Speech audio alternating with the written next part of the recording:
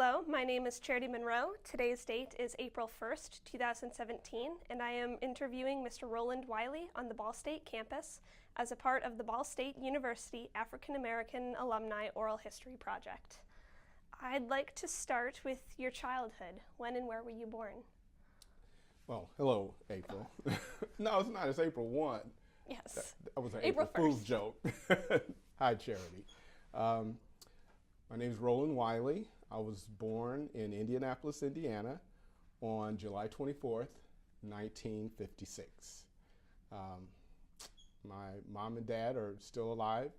My dad is 91 years old. He just celebrated his birthday a few days ago. And my mom is 85 years old. They've been married for about 63 years. What are the names of your parents? My dad's name is Roland Alexander Wiley. He was the first. My mom's name is Evelyn Beatrice Wiley. Do you have any siblings? I have one sister, Deborah Liddell Wiley. She also went to Ball State. She is 60, she'll be 62 this year. Where did you go to school at? Before Ball State. Before Ball State, Okay. yes. I am a proud product of the public school system. I went to public school number 37, Hazel Hart Hendricks Public School for elementary school, and I went to Arsenal Technical High School for high school. Both of them are in Indianapolis, Indiana. Were there any teachers in either of those schools that really had an impact on you? Absolutely, absolutely. At School 37 was Mr. Davis, and he was the shop teacher. And I wonder, looking back, why did he have such an impact on me and all of the young men, the young boys? And it was because Mr. Davis was one of the few black men in the school. Now looking back, I didn't know, it was just we were all drawn to him. And he was a real sharp dresser. You know, he had a bald head, and just really, he wore suits all the time. Really, just from a kid's perspective, they were really nice suits. And he just carried himself so well. And he was our shop teacher, so he taught us how to use power tools, taught us about woodworking and the grain of the wood and how things go together. So it was like almost a philosophy class where he'd sit us down in the beginning of the class. We'd all sit in about 2 or 3 rows, and he talked to us about just life situations. I don't know what, but we just listened to him. This old man that just talked so confidently, and then he'd teach us how to use tools, as simple things like screwdrivers and saws, but also power equipment, drills and jigsaws. So that was, Mr. Davis was the most impactful teacher in my grade school days at School 37. And there were a significant amount of women teachers who also, they just sowed a lot of positive seeds in my life. Miss Wooden was my first grade teacher. Miss Montgomery was my second grade teacher. Miss Walker was my 5th grade teacher. Miss Height was my 6th grade teacher. And they all had something special about them. Miss Hayden was my 7th grade teacher, who coincidentally, her sons, or a set of twins, are fraternity brothers, my fraternity brothers here at Ball State. I didn't even know that till, I was practically out of school, that your mom is Miss Hayden? My goodness. So had a lot of teachers that had a really positive influence in my life, encouraging me, saying that I could really make something of myself, and I appreciated that. Growing up, where did you learn the most about Black history? Now that's a very interesting question. Where did I learn the most about Black history? I would say my own research, and it started in 1968 with the death of Martin Luther King. At my age, I was an observant person, but not a real talkative person. So I observed a lot. And Black history, I guess we had Black History Month back then, and we talked about George Washington Carver and Frederick Douglass and Harriet Tubman and all of the very important people in Black history. However, the connection wasn't there. They were just names and places. And I didn't really start to really connect to Black history until Martin Luther King was assassinated. And I was 12 years old at the time.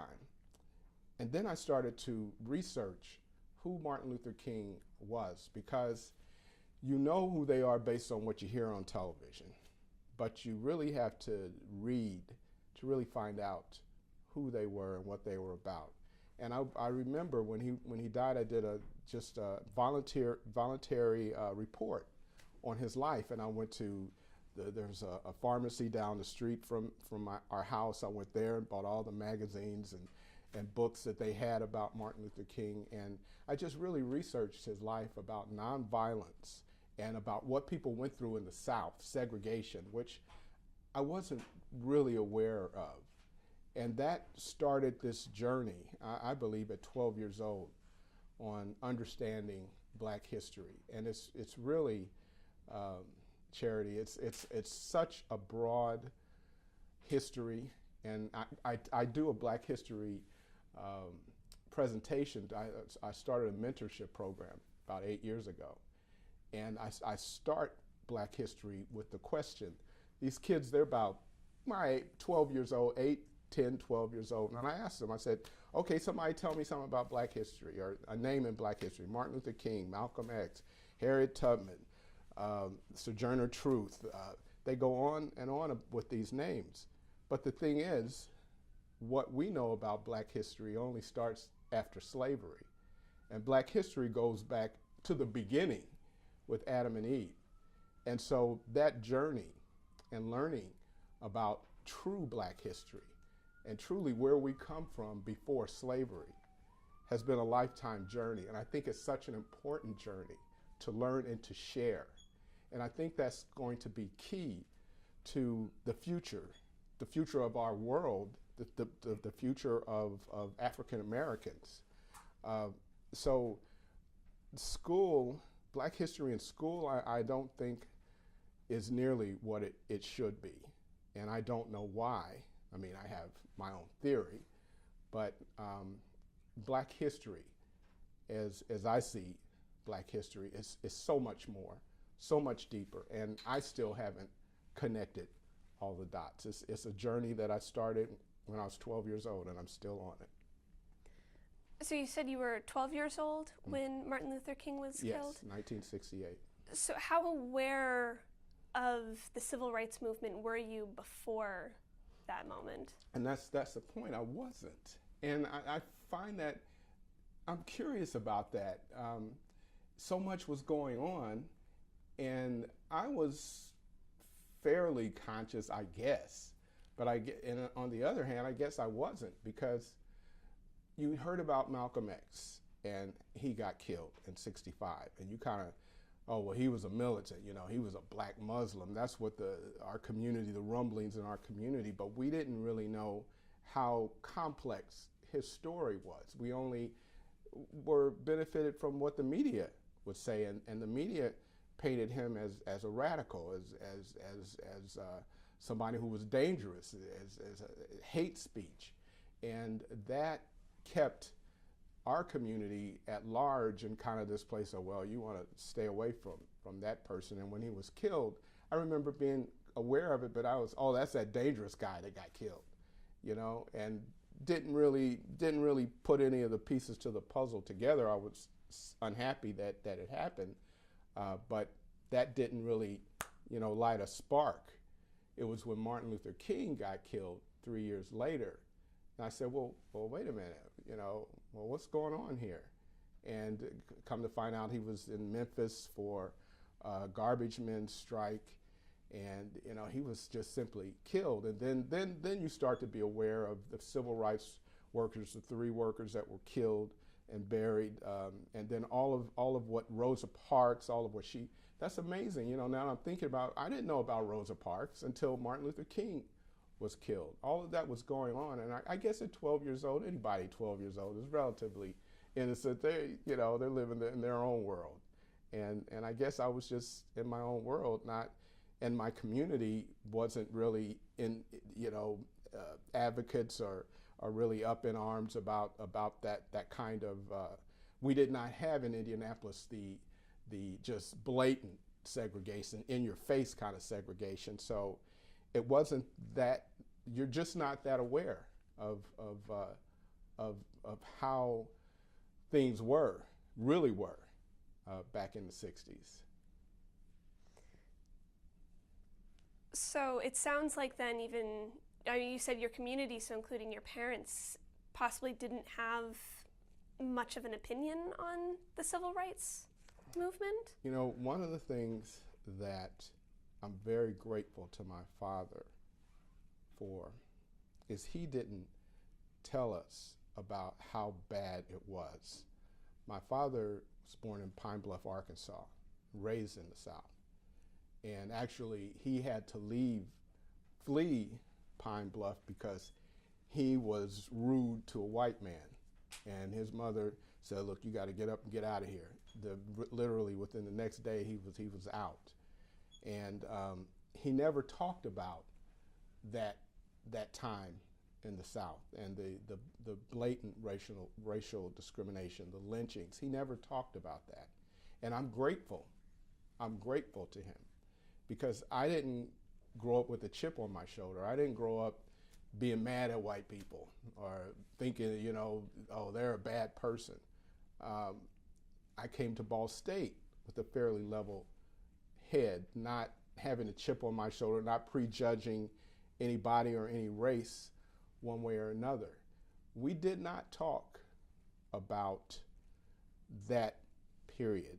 We did not talk about racial discrimination. We did not talk about segregation. That was something that I became aware of starting that journey at 12 years old, and understanding whites only, drinking fountains and all, not just being able to sit at a lunch counter.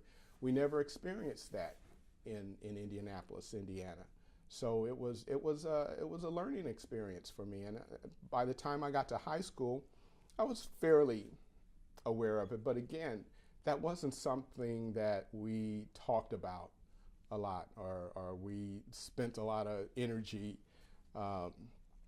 going over or creating any sort of animosity about. We were busy trying to make something of our lives and having a good time.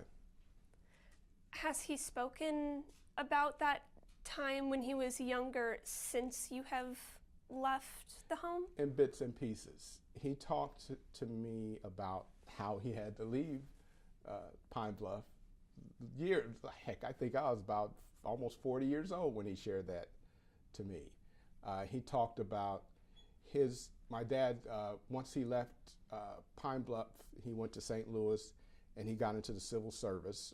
He worked at the Army Finance Center, and then he stayed with the government and worked at the post office in Indianapolis. He moved to Indianapolis and started with the post office. And he told me how he moved up very quickly in the post office, but he got to that glass ceiling. And soon he was training young white men to be his boss. He was training them to know what he knew so that they could go on and be his boss, because they would not promote black men any higher than where he was. And that, as I now realize, takes a tremendous emotional toll on a man when he is unable to do better for his family for artificial reasons, for reasons beyond his control. And your options are limited, because you can go someplace else, but you're going to hit that same glass ceiling. And those other options are even limited. So I wonder how that would be to me if I graduated from Ball State with an architecture degree and I did all that work, all those all-nighters, all that stress. And I'm ending up training people who graduated from Ball State years before I did, and they go right past me, and I can't go any further. I wonder what that would do to me. And that's what I believe my dad went through. And there's a lot of black men went through in that period. And I think they dealt with a lot of ways: alcohol, depression, just closing themselves off, just not talking about it. That was something that I really appreciate my dad for staying in the family, being a father, not just talking negative, always encouraging me to do my best, and just being a man. We really didn't talk about just the blatant racism that he had to endure. I know that you said that in your community you didn't go through a lot of the prejudice and the racism as compared to other places, but were there any black stereotypes at all that you were aware of growing up? Black stereotypes? Yeah. Just the idea that I guess like certain, those who are black, are more likely to be criminals or something like that. I don't know. I do know that racism was subtle, if you will, in Indianapolis. These are things I learned later. Like Riverside Park. There's an amusement park in Indianapolis off 30th Street on the west side. And I used to love to go to Riverside Park. And it was, growing up, we got to go to Riverside Park on Wednesdays. I just thought that was the day they have discounts or something. Well, I don't know, I was about 40 years old. I come to find out that's the only day black folks could go to Riverside Park. I didn't know that. I just thought that's the day that I can go to Riverside Park. I wasn't aware, well, there's only black people here. I don't even remember, to be honest with you. But that was the only day black folks could go to Riverside Park. I was very blessed. I lived right across the street from a park, Douglas Park. I mean, literally, my house is here, there's a street, and there's Douglas Park. So recreation was right there. I never needed to go anywhere but walk outside my front door to have a great time. There was a swimming pool, there was a tennis court. I grew up playing tennis, a golf course. My dad played golf all the time. We had our own world, and it was quality. It's no need to, this is not as good as, I need to go someplace else. We had quality right across the street from us. So I guess I wouldn't say I lived a sheltered life, but it was insulated in a community that was fairly self-sustaining back then in the 60s. So the kinds of events, the kinds of experiences that can leave an emotional scar on you at an early age, I was very fortunate not to have to experience. And so, as I said, I came to, by the time I got out of high school, I was fairly open-minded. I was fairly just, pretty optimistic about my chances of making something out of myself in the world. So I'd like to move on to going into college. Did you ever feel any pressure from family or friends to go, or was this something completely on your own initiative? Oh, yes. I wanted to be an architect since I was about 6 or 7 years old.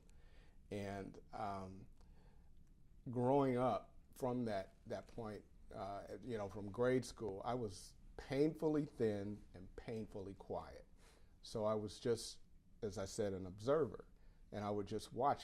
And by the time I was 6, I knew I wanted to be an architect. So my whole life was just, I want to be an architect. And all this going on around me is whatever it is, but I'm going to be an architect. So my whole focus at that early age was architect, looking at houses, playing with Legos, doing anything I could do that had anything to do with architecture. That's what I did. I loved looking at buildings. I loved to look at urban environments. So I would just catch the bus, go downtown, and walk around, even at from like the 4th grade up, before I was old enough to drive. So that was my world, and I didn't have anybody motivating me to do this. This was something that I wanted to do, and the limited knowledge that I had, I'm going to cobble together an opportunity to get me to the next step to be an architect. And the next step after high school was to go to college. But even in high school, I had a work study. I was on a work study program that I was in the drafting, actually the industrial engineering department at Naval Avionics in Indianapolis, Indiana. This was once I turned 16, because I remember I was old enough to drive. So I was there for a year or so, and then I got another job at City Hall, or the City County building in Indianapolis.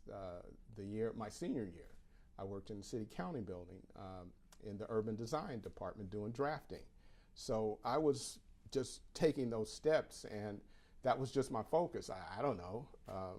My mom was very helpful. She knew I wanted to be an architect, so she opened up whatever doors or pointed me in whatever direction that she could with her limited knowledge about architecture. And I got good grades in high school, so I was able to get a state scholarship.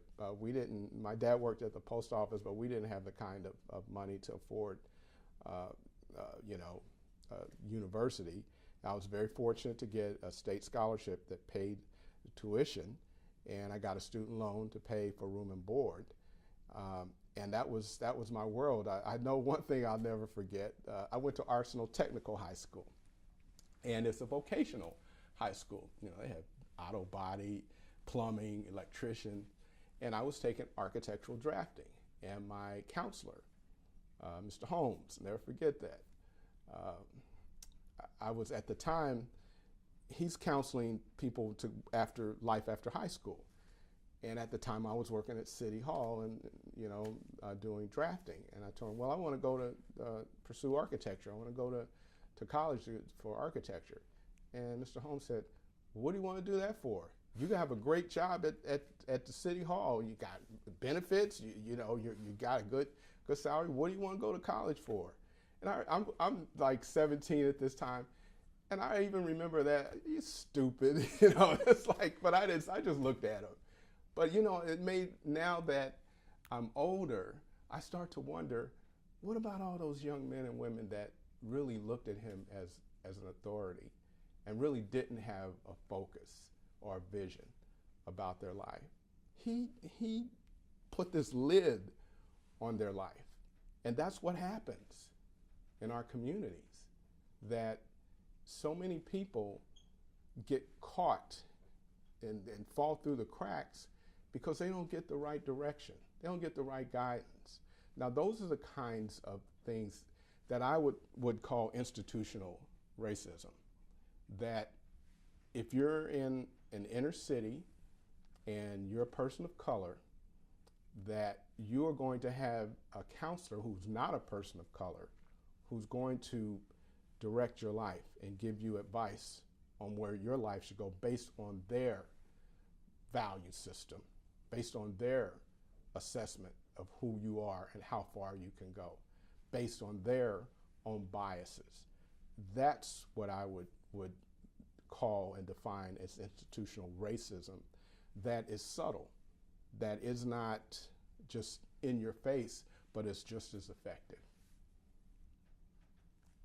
Were there any other universities that you considered other than Ball State? That's a great question. My wife and I laugh about it to this day.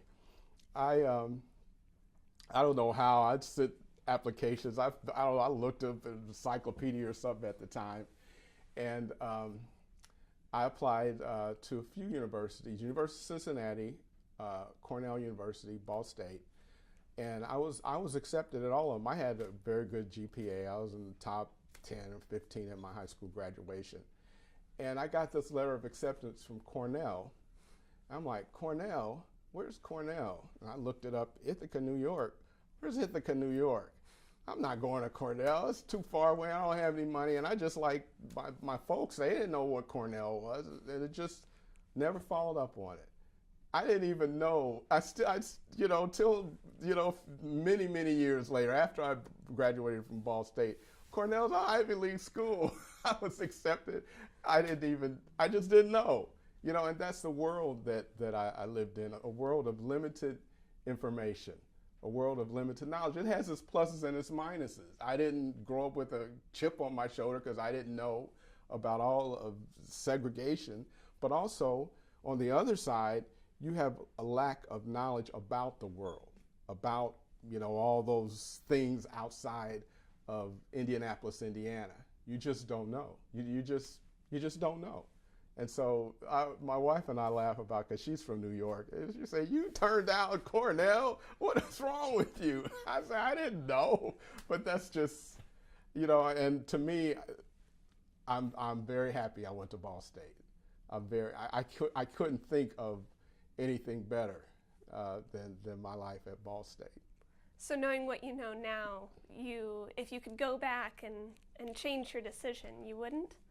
That's a good question. Knowing what I know now, I'd change a lot of things, knowing what I know now. So that's not, that I'd change so many things, knowing what I know now. But that's the thing. I didn't know that, and I can't change it. And I'm quite happy with the decisions that I made. What years did you attend Ball State, just so for the record? I graduated Arsenal Technical Tech in 1974. So I came here September 1974. Architecture school at that time was a 5-year degree. Graduated in May of 1979. So you said you wanted to be an architect since 6? 6 years old. So you knew coming into Ball State that that's what you were going to Oh yeah, I was accepted to architecture. For some reason, they said, well, you're actually going to start in the spring quarters. They were in quarters system back then. So I came to Ball State, starting architecture in the spring of 1975. So the first 2 quarters at Ball State were just probably the best 2 quarters of my life. It was a total just opening up of the world to me. Even though the world was a lot bigger than Ball State, to me, Ball State was the world coming from where I was coming from, in a very lonely environment in Indianapolis, where I never even had a date. I didn't go to prom. I didn't do anything all the way through high school. So the whole world opened up to me, and I feel very grateful that I didn't start into the spring, because if I had started architecture in the fall, I would have got totally sucked into architecture and wouldn't have known anything or anybody but architecture, because architecture is all consuming at Ball State. So I was just so fortunate. I really consider that a blessing that I started in the fall. I was able to meet all these great people. I was able to just totally dive into a social life, to actually go to a party, to learn how to dance, to learn how to talk to girls. It was just this whole world opening up for me, and it was just such a wonderful time. And I started architecture in the spring, which I coincidentally started pledging in the spring, and I had no idea of what I was getting into, no idea. And I don't even know how I got through it. To this day, I don't know how I got through it. That spring quarter is just a blur of getting up. The classes were 8 o'clock in architecture, went literally 8 to 4. No, with 1 hour for lunch, because you had 1 to 4 was studio, and from 8 to noon were classes. There was a 2-hour class, DCM, Design Communication Media, and then you take a couple other courses, or take calculus or something, or English, and classes over at 4. You go home, go to the dorm, get ready to eat, have dinner, and then we have what you call study table from 6 to 10. So from 6 to 10, I'd be in the architecture building. My pledge brothers would march me over to the architecture building. I'd get to work in the studio from 6 to 10. Then from 10 to midnight, you pledge. And back then, pledging was crazy. It was very physical.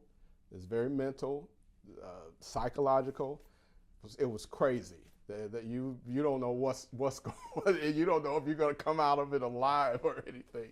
And it's just a blur. And so we'd pledge from 10 to 12. And my pledge brothers, they'd all march home all beaten up and broken up. I'd march right back to the architecture building at 12 midnight, have to go back there, spend another 2 to 3 hours, march back to the dorm, get up. That's about 3 o'clock in the morning, get up at 7 and start all over again. And it was a blur. I don't know how I did it. I really don't. I just got up and kept doing it every day. That year, I did get all C's. That was the first time I ever just got all C's on my report card, but I got through it. I mean, architecture was hard. It was very hard, very challenging, and so made a lot of and that's where the balance started. I started to make a lot of friends from my social world, the black folks in the fall and the spring. It was just all these black folks who I could see, oh, he's one of the cool guys, because I'm an observant guy. I know who's a cool, who's a dork, so I was a dork, So, but the cool guys respected somebody in college that got good grades. You got respect in college. In high school, it was like, he's a nobody. But in college, you're an architecture student? Oh, okay. So they give you some respect. And so they kind of let you into their world. And I had a lot of young men who were able to mentor me and socially to just, learn how to talk, learn how to carry myself, learn how to dress, just be a better young man. And so that was good for me those first 2 quarters. And so I get to spring quarter, and now I'm introduced into the white world, the world of architecture, and that was fun. I mean, it was just a lot of fun because I had all my support in the black world, and then I come into architecture where it was at that time there might have been 1 or 2 other black students in architecture, and so I just started to make friends with just all the other folks. I mean, it's just another door of opportunity, or another world is opened up to me, and I made friends with just young white men that are still friends, still to this day, lifetime friendships through just recognizing the commonalities, the passion that we had for architecture, the passion that we had for music. I shared my music with them, they shared their music with me. So I got exposed to with good rock music, in the dorm, and you'd have to listen to, I still don't like Leonard Skinner.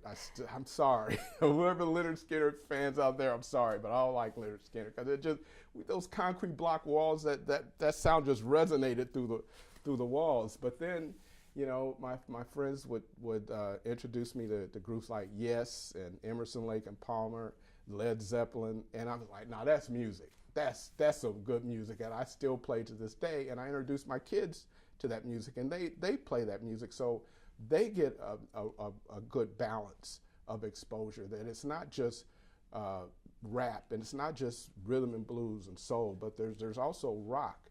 There's also jazz. There's also even classical. So that kind of exposure in architecture, I wouldn't have gotten anywhere else. So I feel very, very fortunate that I was able to enter a balanced world and see the best of both worlds, and see the merit in both worlds, and look at things from a position of what's good as opposed to what's bad, or what we have in common as opposed to what we differ, our differences.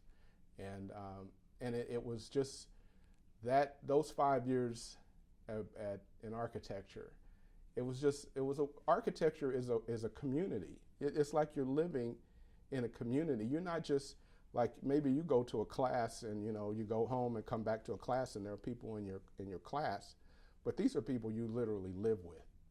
And I was able to see the humanity of white folks. I mean, I didn't know, just like they didn't know who I was. It's like you see people who are different, you see in one dimension when you don't know them. But when you get to live with them, you see several dimensions. And I think what was interesting, I think, is my theory, is that white folks were able to see multi-dimensions of a black man. They come from a mindset of superiority. And so their mindset, they see that this black man is competing with them and beating them in some cases. So that changes their perspective. Now, I come from a perspective of white men, and I'm not going to say superiority, but certainly there's that concept of white supremacy that permeates our society. Then I see another dimension of white men, their insecurities, their weaknesses, their flaws. So I don't see them as this one-dimensional character that represents white supremacy. I see them as a human with flaws and weaknesses. So that informs me better.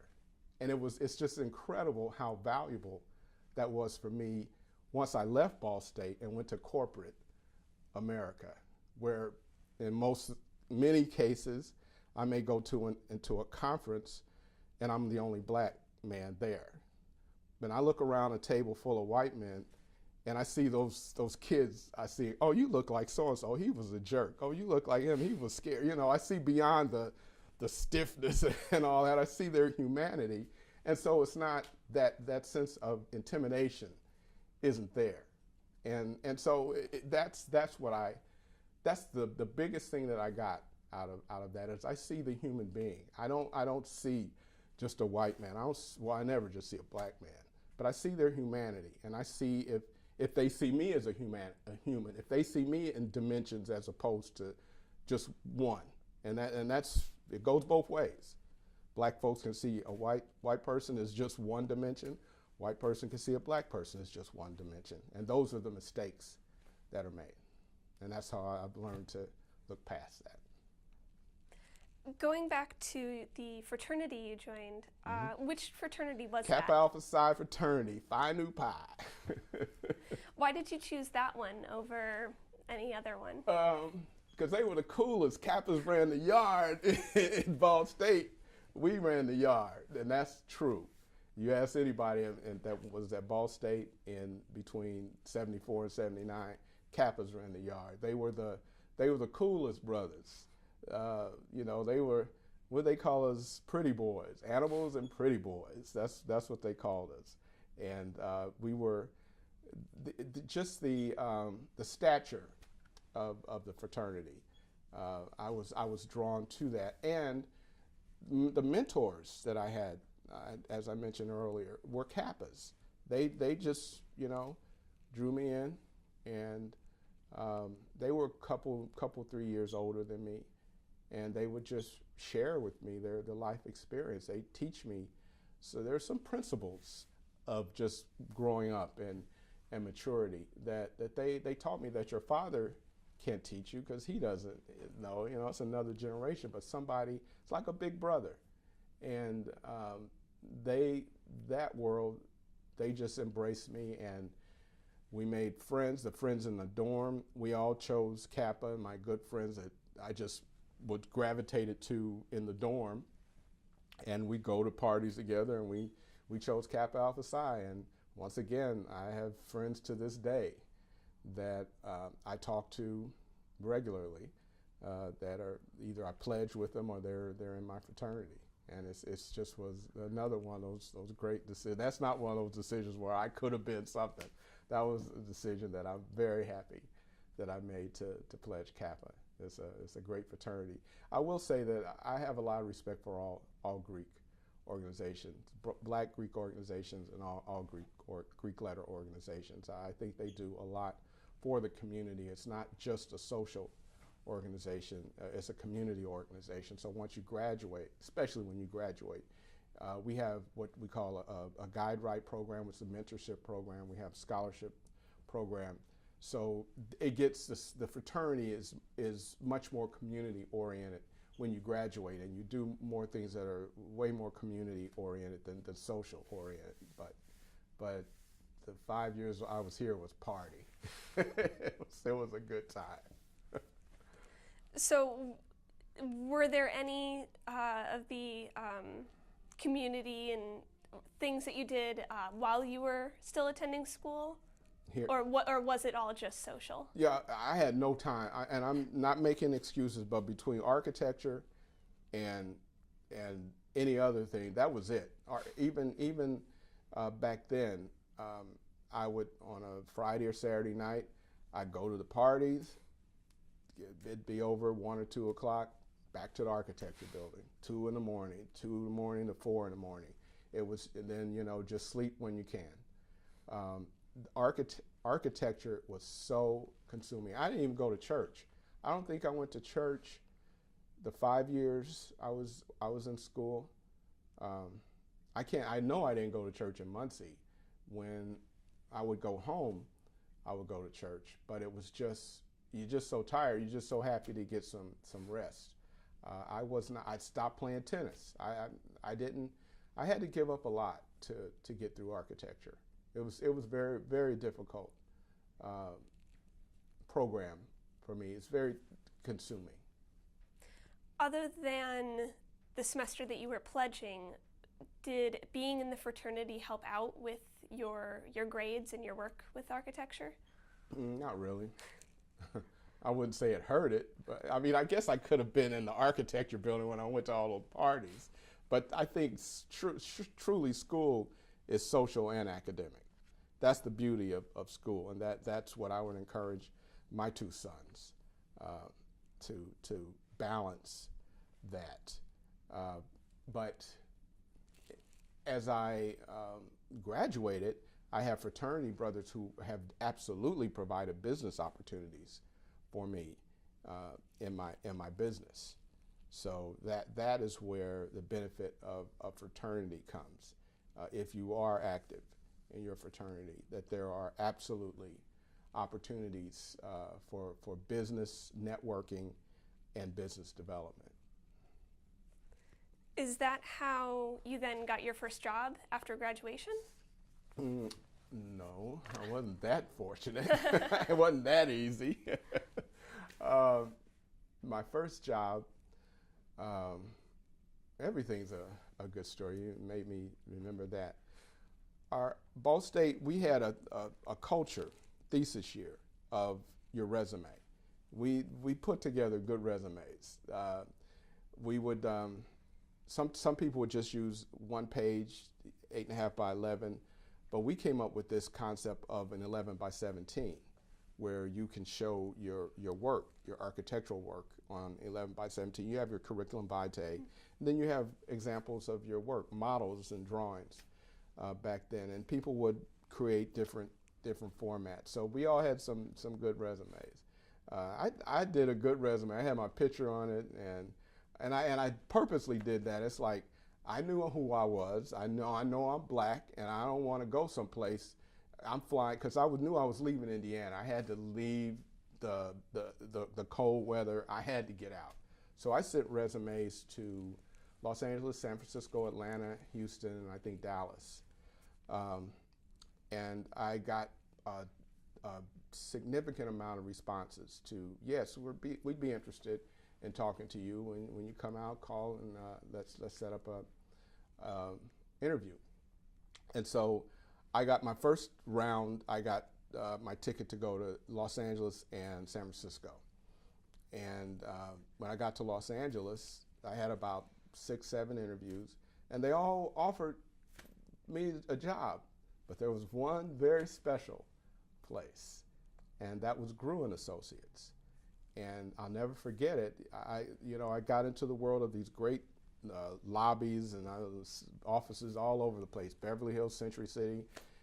And it's just that exposure to a whole new world. And I went into the lobby of Gruen Associates, and it was very internationally designed. And told him I was there to see Ramesh Patel. He was director of design. And this black woman with silver hair and caramel toned skin comes out, and she introduces herself as Norma Sklaric. I thought it was his secretary. Norma Sklaric was the director of architecture at Gruen. She was the first black woman to be licensed in the United States. This is who is interviewing me. And I was just like blown away. I was like intimidated, blown away, surprised, and I just had to get it all together all at once. And she took me into the office, and we did an interview. And one of the great things about Ball State's program is they had at that time a requirement for a six-month internship. And I did my internship in Fort Wayne, Indiana, Grinsfelder McArdle Associates. And I did a really good set of working drawings for a storage facility. And then I did a historic building elevation. And so I showed those plans to her, and back then you had to draw, not computer, but hand draw. And that's why I got those offers, because people could see I could draw. And if you can draw at an entry level, then you have some value, because they could pay you cheaply and you could produce. And so now looking back, I see why I got the offers.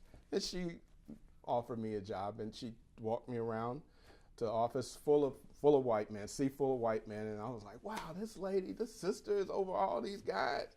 And she took me to this one guy who was a brother. He was a couple years older than me. He was from LA. His name was Steve Lott. He looked so cool. He had like a gold chain and just real cool. And Steve Lott and I are still partners to this day. He's my business partner. And I just said, this is my place. This is where I'm gonna start my life in architecture. I'm starting it right here. You know, I didn't look, I had my ticket to San Francisco, never used it. I took that job, and it was less than some of the others.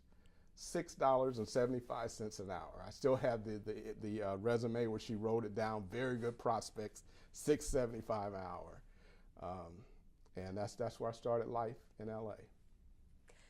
Was there any other reasons why you chose LA? The weather. Oh, well, yeah, maybe, yeah, my girlfriend happened to be yeah, my girlfriend from Ball State, Rhoda, she was there. And so that was why that was the first city I was gonna check out. And you know, things just went so well. It's like, this is the place. And any other reasons? My uncle, I had my father's brother, Charles Wiley, was there, and I stayed with him, you know, for the interviews. And his world was just like my world in Indianapolis, inner city, you know, blue collar. He worked for Alcoa Aluminum, so I knew the world, and I was quite comfortable there. So his presence was like I had some family. And with Norma Sklaric, to work under her, that was it. And LA, I mean, you know, this is LA. I got a job in LA. You know, this is it. Coming from Indiana. How long did you work at Gruen before you moved on? 5 years. I was there, and that was just another wonderful experience. And I will say that Ball State prepared me so well to compete. Ball State's program is about completing the thought. It's all good to have pretty pictures, because that's what we're good at as architects, is creating these great designs, but it's not thought through. But Ball State makes you think through the process. They want to see it complete. They want to see a floor plan. They want to see a structural grid. They want to see a section. They want to see elevations to show that you have completed the thought of your concept. It's not oh, that's a great sketch, but you don't have any plans or elevations to back it up. It's not going to make it. Other schools, it will. If the sketch is compelling enough, other schools who are experimental will allow that, and they will pass that. Ball State will not. So we are very practical curriculum. And so I took that practicality to Los Angeles.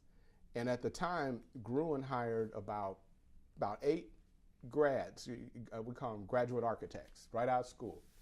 And they were all from the Ivy League schools, the Harvard, the Yales, then Stanford, USC. And they all were these elitists that they were talking names I hadn't even heard of Rem Koolhaas. I'm like, who is that? He said, well, sure has a cool name, but I never heard of him. They're just talking. And then they're kind of looking at me.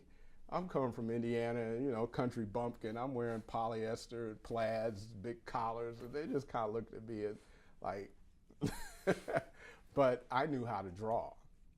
And I knew how to complete the thought. And everybody was competing. They want to get licensed. They want to move up the corporate ladder. And so it was just this competition. Friendly. And first, they're kind of laughing at me behind my back because of my country-like attire. So I'm observant. I can see that I need to step up my program in my attire. So I kind of get it together in my attire. So I'm getting up to that level. And in performance, I'm outperforming them. My drawings are clearly better than theirs. My lettering is clearly better than theirs. So the bosses are coming to me for work to do certain assignments, and they're kind of looking, but they're still playing their games. The pretty girl tries to cozy up to the boss, and then the white guy tries to talk all this social stuff, and I'm just doing my job. And we had Norma Sklaric gave, after work, she gave tutoring sessions on the exam, because you have to take one 12-hour exam to qualify to take the professional exam. It's called the design exam. And she would have these tutoring sessions that she teaches us the process. So we all went to the tutoring session. And so come time for the 12-hour exam, out of the 7, 8 people that take the exam, I was the only one to pass. So automatically I've now separated myself from the pack. And then I went on to be the first one to get licensed, so separated more. Then I went on to become the first one to become an associate, and then everybody started leaving. It was like he left us behind, so they went on to other places. And I thought that was funny, and I enjoyed the competition. But at that time, then I saw the glass ceiling, and I saw it through Norma. Norma had been at the firm for over 20 years. And she was an associate, but much higher than me, I guess a senior associate. The next step is to become a vice president. And I saw they brought this white man in who was not even closely as talented as her, as in some other role, and he got promoted to the vice president. I was like, what? How you gonna not promote Norma? And then it's like, well, if they do that to her, and I know how great she is, I can imagine what they'll do to me. And so it's just at that point I saw the glass ceiling, and then I had determined in my mind, okay, I've got to kind of wrap it up here, and that was in 1982 or 1983 when that happened, and by 1984, another major event happened that made me decide, okay, it's time to go. It's time to go now. And I didn't know what I wanted to do. I just knew it was time to leave Gruen. Great experience, great time, great relationships. It was time to go. And I, at that time, decided I'm going to start my own firm. I could go to another firm, but I'm just going to hit another glass ceiling. So I'm going to start my own firm. And that was in 1984. And then Raw Architecture was born, and Raw happened to be my initials, R-A-W. And I asked he was my friend at that time, Steve. I said, hey Steve, what do you think about the name Raw Architecture? He was like, yeah, that's a good name. I like that. He didn't know those were my initials, and so Raw got started. I was going to start my apartment. I had a 1-bedroom apartment. I was like, look, I'm just starting. All you need back then is a drawing board, like we saw in the architecture building, just the drawing board. That's all you need. And I figured I could do whatever I need to do to get started out of my apartment. And Steve by that time, Steve had left to do entrepreneurial things. And he had a ice cream parlor, he had a child care center. He had this room he had rented out. It was about 10 by 10, and it was going to be a classroom for a traffic school that he had. And he said, well, I'll let you use that classroom I was going to use for the office. That'll be my investment. So he kind of invested in the company by letting me use that office. And it just went from there. It just literally went from there in 1984. What were the biggest challenges for starting a new business? The biggest challenges are still the biggest challenges. They have not changed. Oh my goodness. The biggest challenge is really breaking that ceiling of smaller projects into the larger projects. It's almost like it's still an artificial ceiling, whereas it's a corporate title in the corporate structure, but in the business structure, it's the size of projects. We do a tremendous amount of renovations and repairs of existing buildings. Like we'll come into this building and reconfigure the classrooms and renovate, modernize certain components of the building.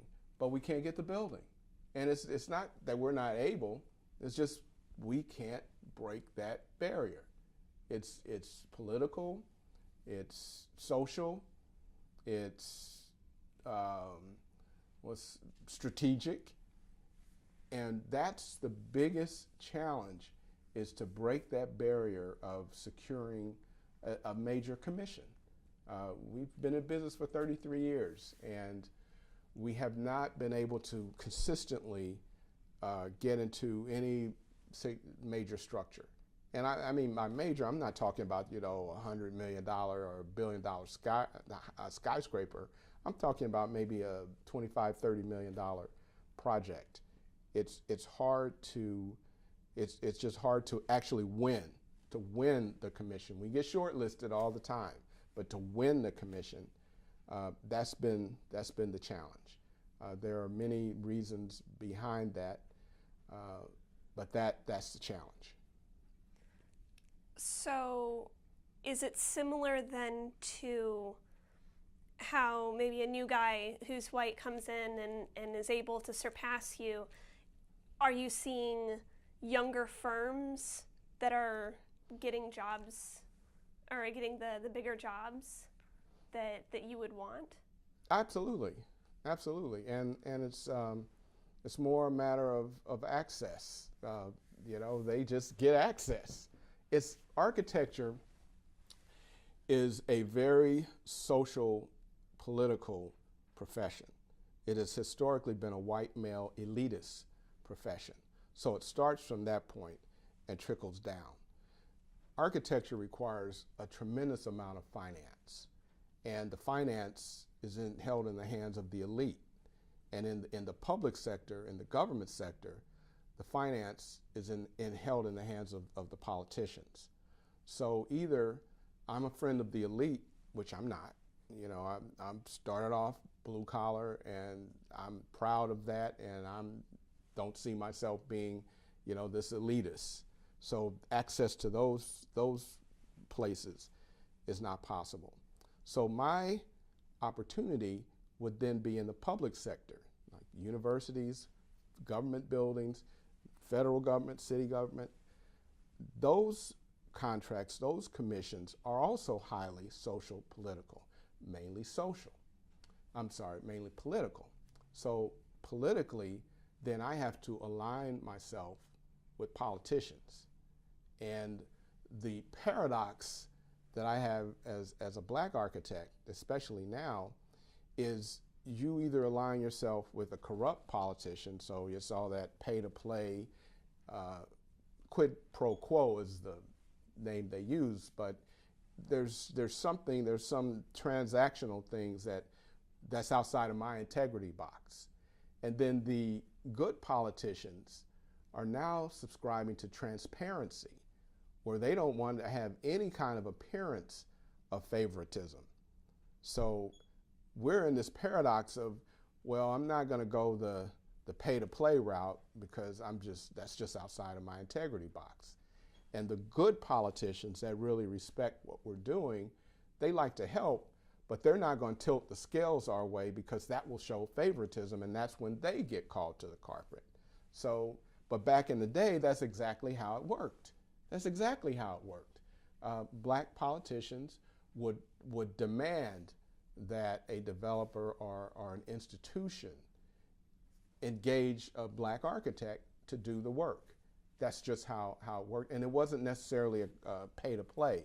It's just they realized that that's the only way that they're going to be able to be afforded those opportunities to build their practice. So that's the challenge. And we're still looking at creative ways to break that ceiling. I think at the very minimum, it's my job to crack the ceiling. I'm going to crack it. I can promise you that. And somebody behind me is going to break through it. But I know what my assignment is, what my purpose is. My generation has to crack that ceiling, and we'll crack it. I'm sure that this isn't just an LA thing where this is happening, or not happening, as the case may be for black architects getting the better jobs. But have you noticed any places that the glass ceiling has at least cracked?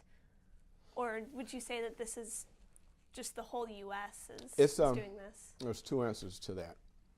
I always give somebody a test. Point one building out on this campus or anywhere you know that's designed by a black architect. Probably not any of them. None of them. And so it's a national, I don't want to say epidemic, but close to that. It's a national, and I got another theory I'll share with you, but I'll get to that. Okay, but there is hope. There are some architects. Number one, David Ajayi. Now he's Nigerian, he's African, but I just got back from DC. He designed the African American History Museum for Smithsonian. Beautiful. I mean, it's just inspiring. It just blows you away.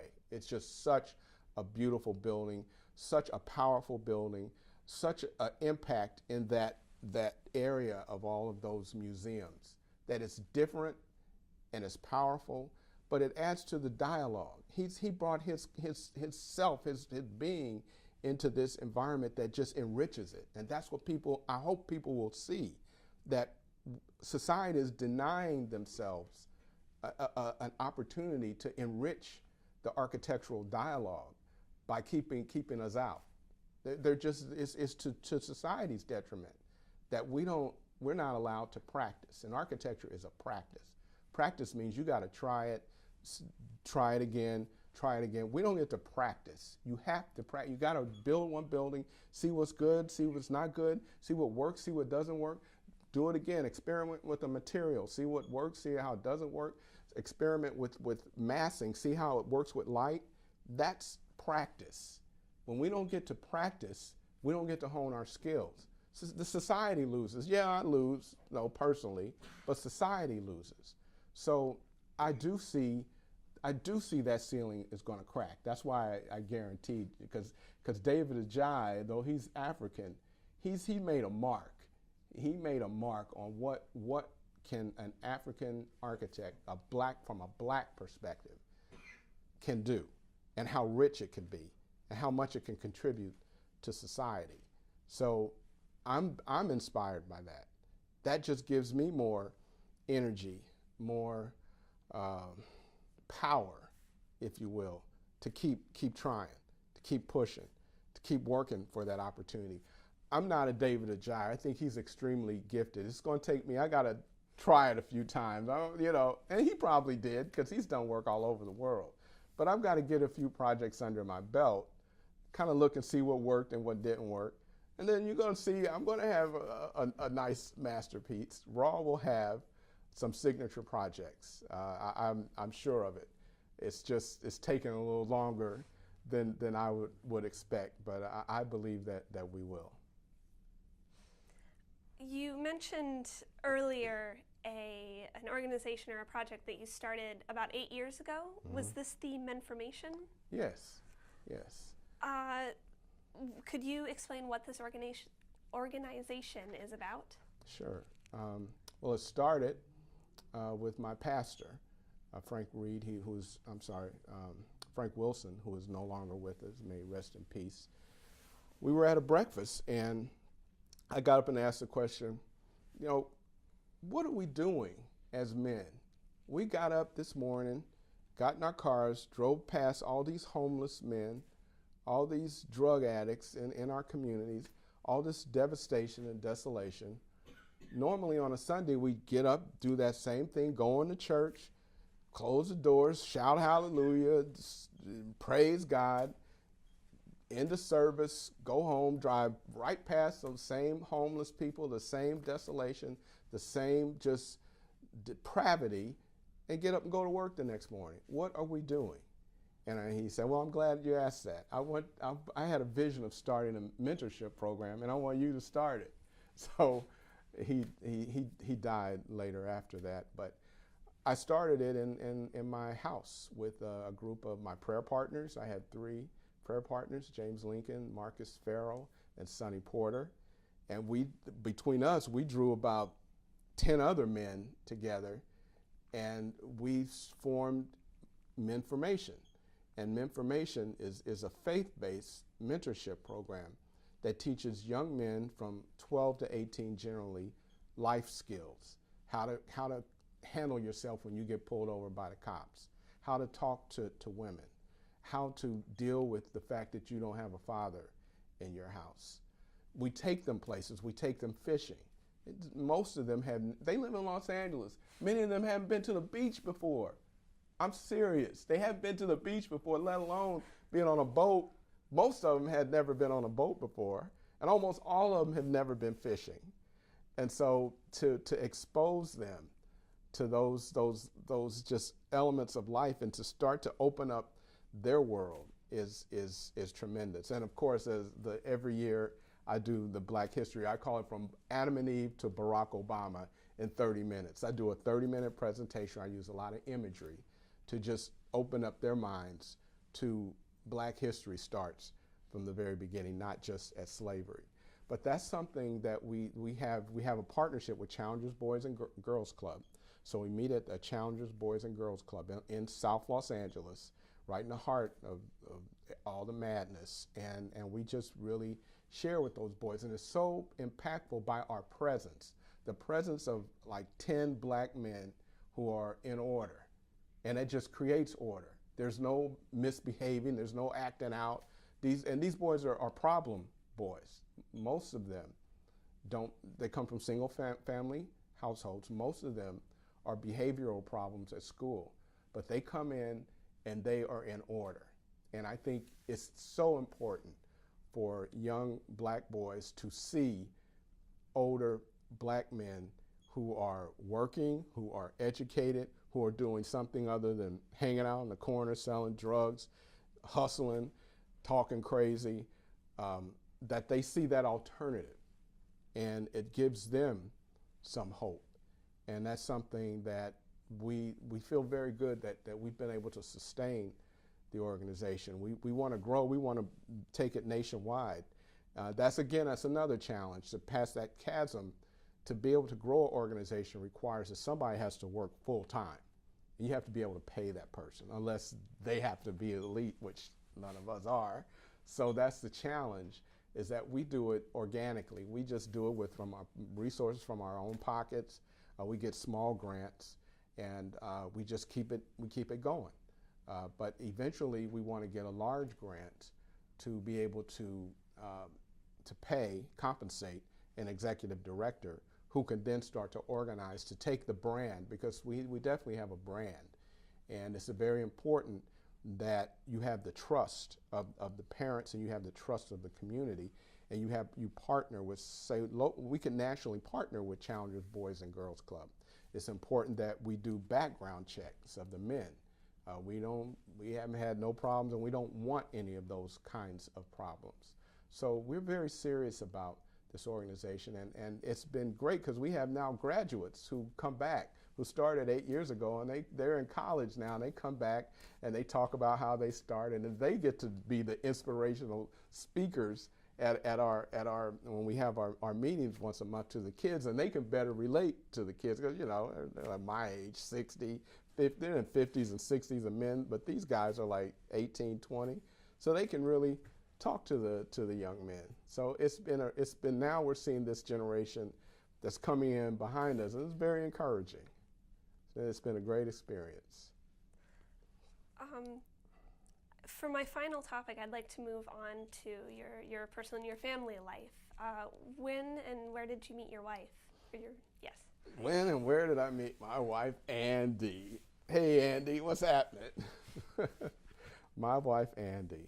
My goodness, that's one of the highlights of my life.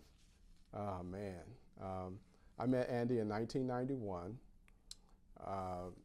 She had just relocated to Los Angeles. She'd probably been here a couple of months in Los Angeles, and there was a political fundraiser at this place called the City Club in downtown Los Angeles. It's like on the 51st floor of this office building. And so I went there by myself, and I walked in the room. It's a room full of people, and I walked by and I saw this group of men standing around this person. I think she was sitting, and I looked, and they were standing around this gorgeous woman, this beautiful woman, and she kind of gave me a look. I was like, oh, okay. So I'll have to get back to her at some point. And the place was beautiful, and a lot of people talking and networking and all this kind of stuff. And it was on the 50th floor, so I'm just standing out there enjoying the view of the city. And I keep glancing over, and these guys aren't leaving. It's like, come on. They just keep hanging around. And I'm like, the whole night, oh, man. So I'm about to leave. So I go back where that group of men are, and I should kind of catch her eye again. And I said, okay, I'm going in. I'm just going in and introducing myself. And I introduced myself, and you know, she's just beautiful. She's a beautiful woman, inside and out. And I introduced myself, and you know, she said who she was, and she was an electrical engineer. Oh, so it was like we had something in common. So I was able to kind of push the other guys aside since I was an architect, and we just had a good dialogue. And those other guys were kind of like, you know. And so actually, I was able to get her number, and I called her the very next day, and we went out. That was a Friday. Called her Saturday. We went out Sunday. I took her to, it was called art walk in the park in Beverly Hills. It was an outdoor art festival. And so she lived in Hollywood, and I went to pick her up. And when I picked her up, she was even more beautiful than when I saw her at the event. And I was done. That was it for me. And we just had a wonderful time on that first date. And that was in 1991. The relationship was on and off for a few years, and we got married in 1996, in January 1996, and we had our first child, Roland, in December of 1996. I was 40 at the time, so I didn't have a lot of time to be waiting to have kids, and then we had Randall in 1998. And that's the whole core of my life. Being a man of God, being a husband, and being a father of those two boys, and being an architect. That is basically my life. Do you, how is your relationship with your parents today? Are you still very close to them? Oh yeah. I surprised them last night coming in. I didn't tell them I was coming. I told my sister, and so she told my mom, but she didn't tell my dad. And so, you know, I didn't get in till like 1, but my dad's on some strange clock. He's always up at 1 eating. And so I went into his bedroom, and just the look on his face of surprise. He was just so happy to see me. We sat down, we had a beer last night, just kind of talked. He would have kept talking. I was like, Daddy, I got to go to bed. But our relationship has gotten so much better as I've gotten older, because I appreciate what he did for me and for my family. I appreciate how he sacrificed, how he gave. As growing up, we did not have a close relationship. As I said, I was very shy, and he didn't know how to be a dad. And his dad died when he was 7 years old. He had 7 brothers and sisters, so it was 8 of them, and he was raised by his mom, and it was a miracle. It was a blessing that they were able to survive, and all of the children grew up to do well. Teachers. My dad and his brothers, the women were all teachers. My dad and his brothers were all just good family men who raised good children. And he stayed in there. And I am so grateful to him, because I see what happens when the dad leaves the house. I see what happens in all these other families who didn't have a dad, and they weren't able. My sister is doing well. Her kids are doing well. We all have this example of a core of a family, of a mom and a dad who stay together.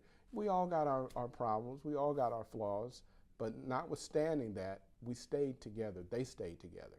And that's what motivates me to stay together, because I think divorce rates are even higher now. And everybody feels like they got a better option. But I see my wife and how hard she works to raise our children, and I see the benefits now. I see them growing up to be good young men. And then I look at how my dad worked and stayed, hung in there, didn't go out, you know, acting crazy. Came home every day, brought his check home every day, provided for our family. That set a role model for me. I know that's baseline. You know, I have to do that, and I want to do better. And I want my sons to be better fathers. I'm not the greatest father. I do the best that I can. And I hope I've been able to build off of the foundation that my dad set for me. And he's told me as much, that he's just very proud of what I've been able to accomplish, and he's very happy. You know, at 91 years old, he's happy. He feels that he did the right thing, and I want to grow to be 91 and feel the same way. So before concluding this interview, is there anything that I didn't cover or ask about that you would like to be included? Oh, my theory. I didn't tell you about my that's theory. right. About architecture. Architecture and acting. If you notice, black actors and black architects have something in common, and that is immortality. Actors, films are immortality. If you play a good role like Charlton Heston as Moses, you're immortal. If you design a great building, like the Empire State Building, the Chrysler Building, you are immortal. Your work is immortal. Immortality is something that is very precious in our society. Immortality has always been something that's very precious, held by the power structure. Egypt, these monuments are built for immortality. So that's something that the power structure holds on to very tightly. And the power structure is, for the most part, white males in America. So to allow access to that immortality is going to be very limited. And there are some that will rise above because of extreme talent. There are black architects like Paul Williams and David Ajayi. They have extreme talent. Paul Williams could draw upside down. I can't draw upside down. And that, I believe that applies to women as well. Zaha Hadid, because of extreme talent. And so that's the theory, is this immortality. It's that's what architecture gives you. And that's a very, very precious commodity, if you will, that is not given up very easily. All right, so anything else other than your theory? My theory, just in closing, that I hope that whoever is watching this would be inspired to always do their best and strive for excellence. I hope that my grandkids, if they watch this, will be inspired to follow God, to trust Him, to believe in Him, and to live their life according to godly principles.